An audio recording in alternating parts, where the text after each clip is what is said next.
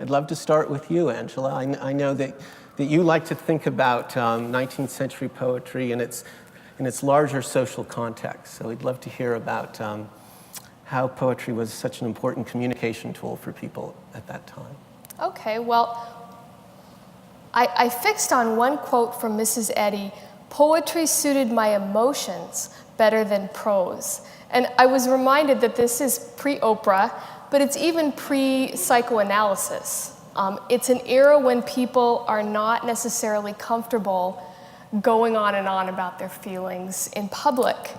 And I think that one of the reasons that poetry was so important to people is that it gave them a framework to articulate and to manage their tired joy and grief. It gave them a way to talk about feelings, not in the ways that we do when we share everything, but in a managed, organized, expressive way that was fundamentally social.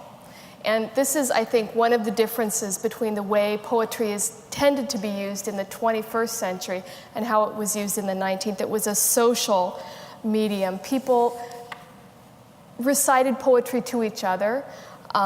They learned poetry together. And the first place that most people encountered poetry was in the schoolroom. And indeed, my book, Schoolroom Poets, addressed that very issue. Scholars of Henry Longfellow and John Greenleaf Whittier kind of allowed these poets to go out of fashion for a while in the wake of the modernist aesthetic. And one of the things that scholars would say about poets like Longfellow is that they're didactic, they're preaching. And I wanted to kind of turn that on its head and think maybe they're not so much didactic as they're pedagogical. They're setting up poetry to be a source of teaching and learning, a way to transmit values, ideas, and especially feelings across the generations.